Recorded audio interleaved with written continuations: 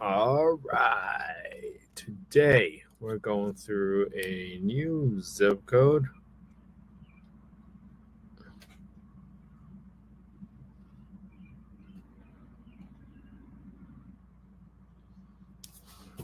Let's see. 35208. Let me just double check the audio and make sure this is working. Okay, that works. Turn on chat. Connect that.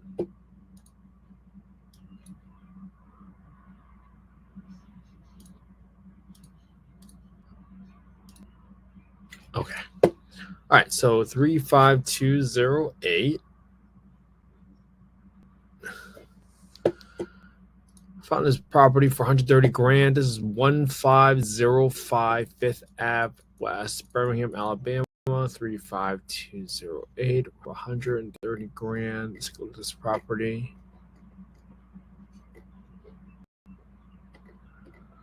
Relatively turnkey. This kitchen's a little dated. You could probably renovate a little bit of that to make it look better. But for the most part, no major upgrades. You probably want to tear out the carpet. This red carpet just does not look good. So, all right, I'll put in a little bit of money for some of the cosmetic stuff. So this property is for 130 grand, 4-bed, 2-bath, 1236 square feet.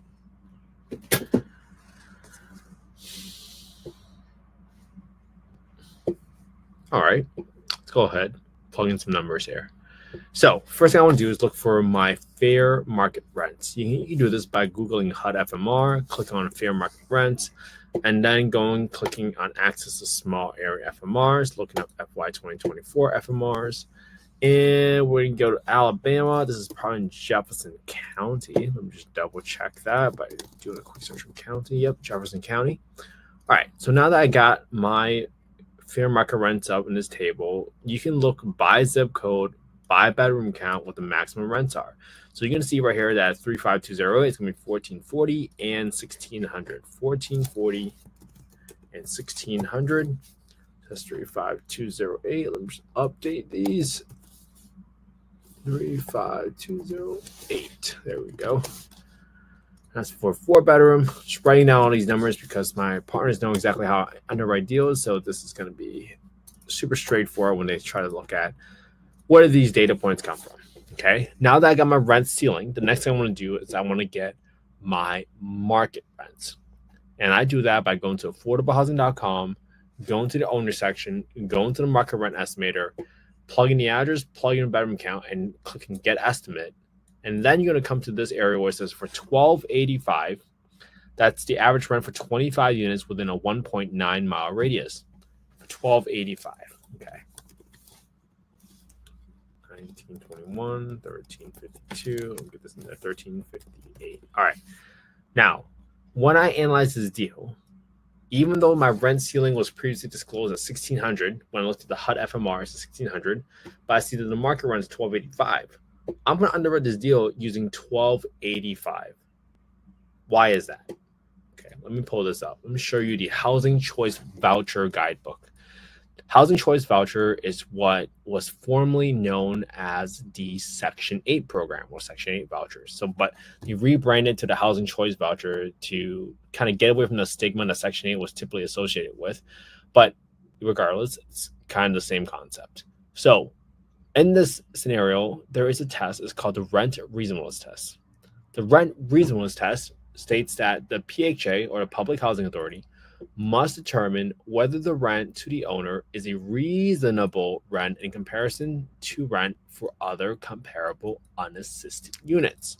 So in determining comparability, the PHA must consider the following factors. So that obviously includes like, hey, you should be comparing condos to condos or single family homes, which is why I kind of like using this market rent, because you don't see that many 4-bedroom condos out there or apartments. So I know that this 4-bedroom number within a 1.9 mile radius is a pretty good comp, I think, in my opinion. Could you go a little bit higher? Sure. If you did a really, really nice renovation, sure. But I wouldn't hold my breath on it. And especially if they deem it to be unreasonable, then you don't really want to be fighting the uphill battle for like $100. All right. Think about the energy you're going to spend doing that. All right, so for this deal, we're going to underwrite this property at $1,285. So I'll even put $1,300, right? Just to kind of make life a little bit easier. So let's plug in some numbers. This property is listed at 130 grand, 130,000. For my rehab number, let's go to this rehab calculator spreadsheet. And we'll plug in some numbers. So I always typically put in $1,500 for the roof, just in case there's some patching that needs to get done. I always set aside about $500 for landscaping. So I got this to kind of keep everything tidy while we're getting the property rent ready or renovated. For the property on painting side, it looks pretty good for the most part. So I'm going to assume maybe half the house needs to get painted. So it goes 1236 divided by 2. And for flooring, there was some carpet in here. So I'm going to assume that half the flooring needs to get replaced. And that's roughly around at 8,000 square foot. So equals 1236 divided by 2. I'm going to replace some of the toilets with high pressure flush toilets.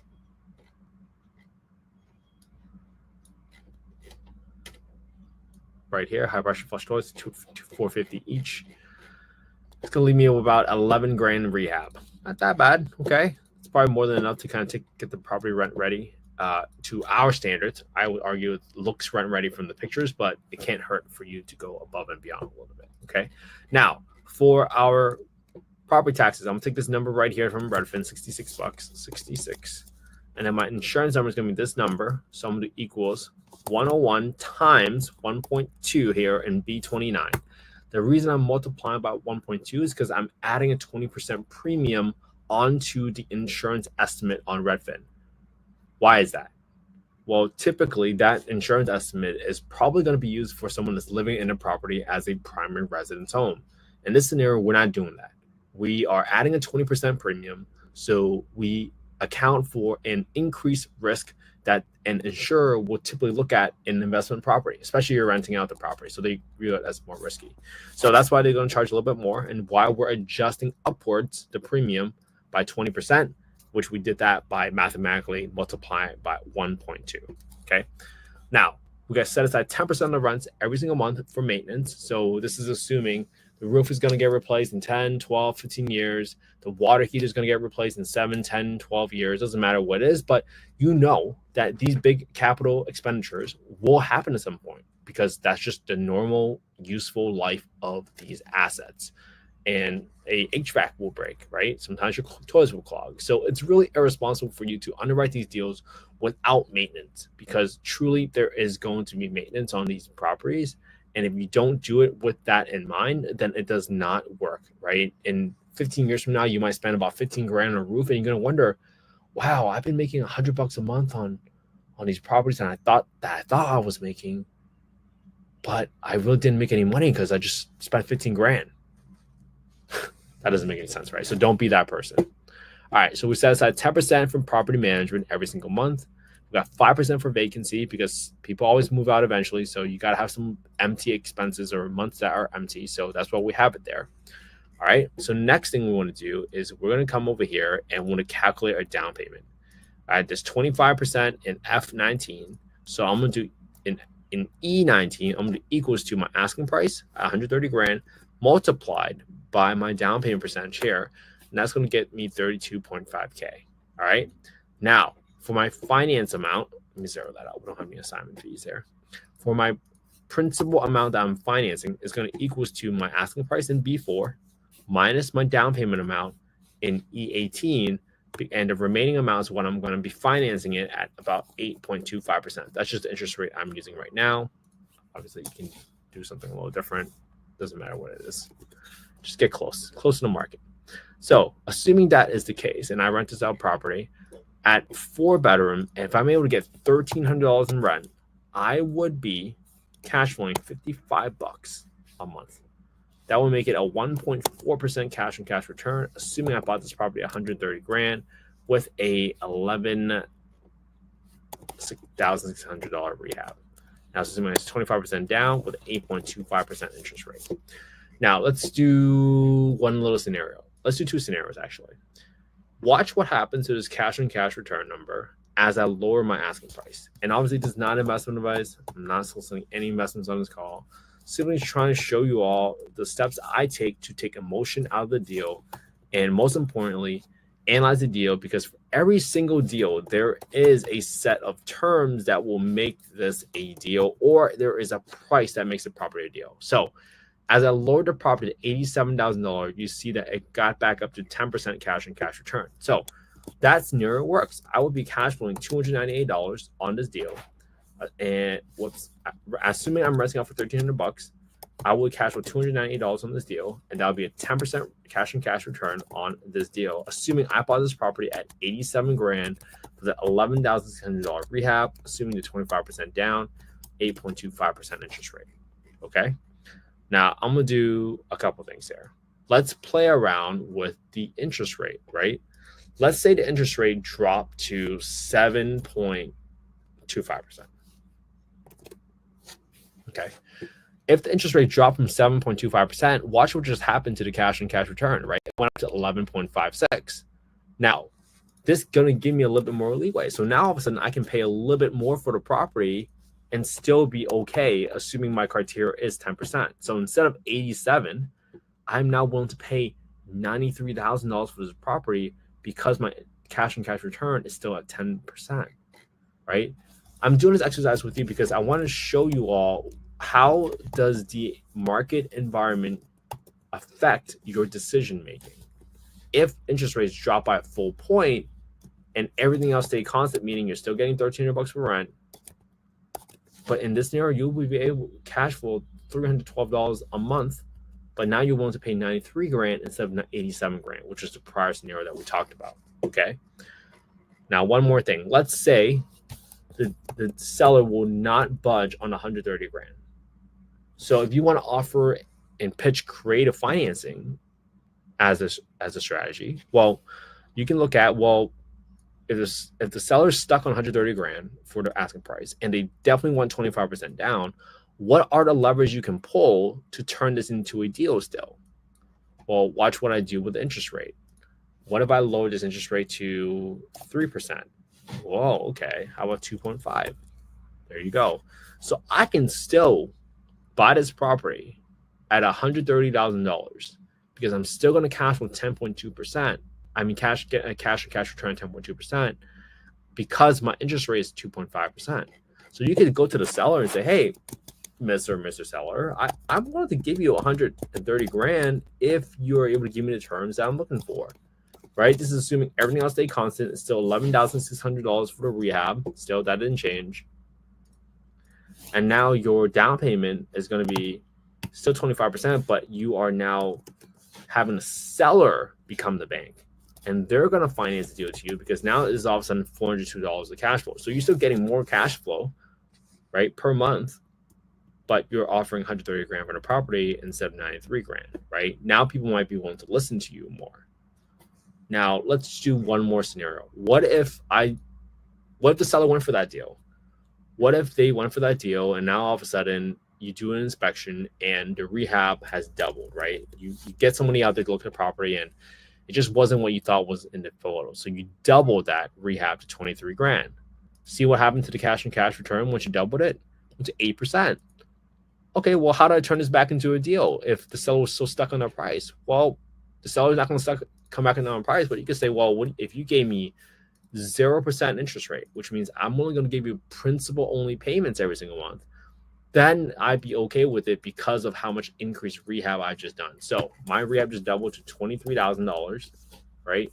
I'm still paying 130 grand for this property. My cash flow per month is going to be $517 a month, rounded up. And I'm still going to be making a 10.5% return on this money, assuming I give a 25% down with a 0% interest rate, meaning it's only principal only payments every single month. So hopefully these 5 scenarios make sense to you. Again, the whole goal of this exercise is for you guys to get comfortable about how to mathematically adjust for situations that will come up, right? As is right now, 100 grand, not a deal.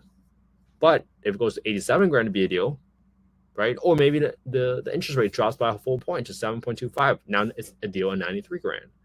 Or if the seller's still stuck on a purchase price of 130 grand, it would be a deal if I got 2.5% interest rate from the seller. Or if the rehab doubled, right, from 11.6 to 23 grand almost, it would still be a deal if we lowered interest rate from 2.5 to 0%.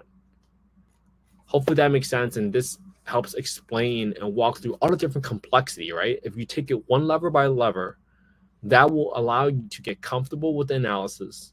And then most importantly, understand how do you fluctuate the numbers to make this a deal that's a deal in your sense. And that's it. That's it for today, everybody. I hope you guys can copy my homework, analyze the same deal I analyzed today. And if you guys want to copy the spreadsheet, just go to affordablehousing.io, click on Get Deal Analysis Tool, and you're going to be able to plug in your information, and it will automatically send you the spreadsheet. And that's all you have to do. I'm not going to spam you. This is just the most efficient way for us to send out any information that we have about the deal. I mean, not the deal, about the underwriting process. I didn't make the analysis tool from scratch. I got it from a few other folks, and I combined them and I tweaked them and I made it my own so that it allows me to underwrite really fast. And the faster you can underwrite deals, the faster you can roll out deals, the more chances are you're going to be able to avoid burnout. Because where does burnout come from? It comes from doing a lot of work with no return on your efforts. So hopefully this helps. I hope this helps you guys get a head start just by copying my homework, because I know sometimes we don't know where to start. It sounds super scary, but you can do it, and you can do it alongside me. So I hope you all have an amazing day. I hope you guys spend some quality time with your family and friends today, because that's what life is all about. All right. Have an amazing day, everybody. I'll be back here again tomorrow for day 268. Have a good one, everybody. Talk to you tomorrow.